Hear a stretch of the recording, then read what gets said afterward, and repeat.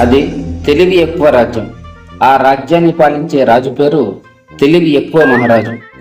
అది అతని తల్లిదండ్రులు పెట్టిన పేరు కాదు. ఆ రాజే స్వయంగా తన తెలివితేటలకు మురిసి నలుగురికి తన తెలివితేటలు తెలియాలని ఆ పేరు పెట్టుకున్నాడు. తన అతి తెలివితో చరిత్రలో నిలిచిపోయేలా చక్కగా తీర్పులిస్తూ ఉండేవాడు. ఒకరోజు తెలివి ఎక్కువ మహారాజు పూజా మందిరంలో శివుణ్ణి ఆరాధిస్తుండగా ఉన్నట్టుండి ఆ శివలింగంపై ఒక ఎలుక వచ్చి కూర్చున్నది. రాజు ఆ ఎలుకను చూచి ఆశ్చర్యపోయాడు.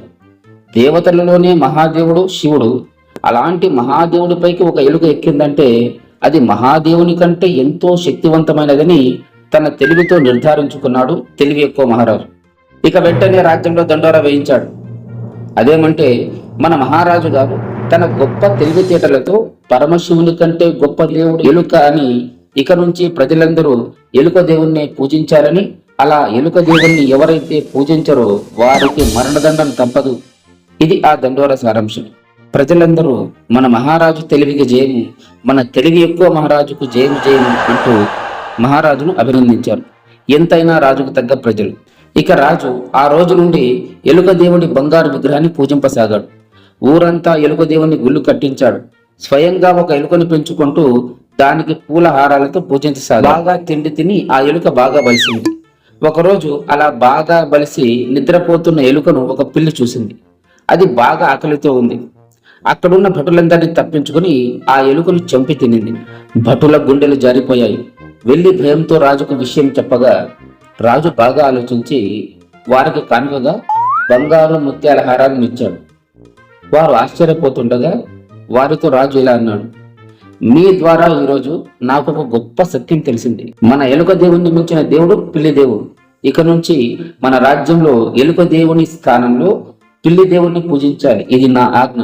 ఈ విషయాన్ని పాటించని వారికి మరణదండన అంటూ అక్కడే ఉన్న మంత్రితో ఈ విషయాన్ని చెప్పి రాజ్యంలో దండోరా వేయించమన్నాడు.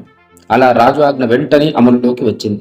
కొన్ని రోజులకు ఆ పిల్లి దేవుణ్ణి పూజిస్తూ ఉండగా ఎక్కడి నుండో ఒక కుక్క అక్కడికి పరిగెత్తుకుంటూ వచ్చి ఆ పిల్లిపై దాడి చేసి చంపింది. రాజు నిశ్చేష్టుడైనాడు. భటుల ద్వారా ఆ కుక్కను పట్టుకున్నారు. శరామామూలే ఆ తెలివి ఎక్కువ మహారాజుకు కుక్క రూపంలో కొత్త దేవుడు సాక్షాత్కరించడం జరిగింది. రాజ్యమంతా కుక్క దేవుడి గుళ్ళు ఏర్పాటైనాయి. ఇలా ఉండగా ఒకరోజు తెలివి ఎక్కువ మహారాజు భార్యకు తన పుట్టింటి వారిచ్చిన బంగారు తీగలతో చేసిన అతి విలువైన చీరను ఆ కుక్క దేవుడు పీలికలుగా చేసింది. దాంతో రాణికి విపరీతమైన కోపం వచ్చింది.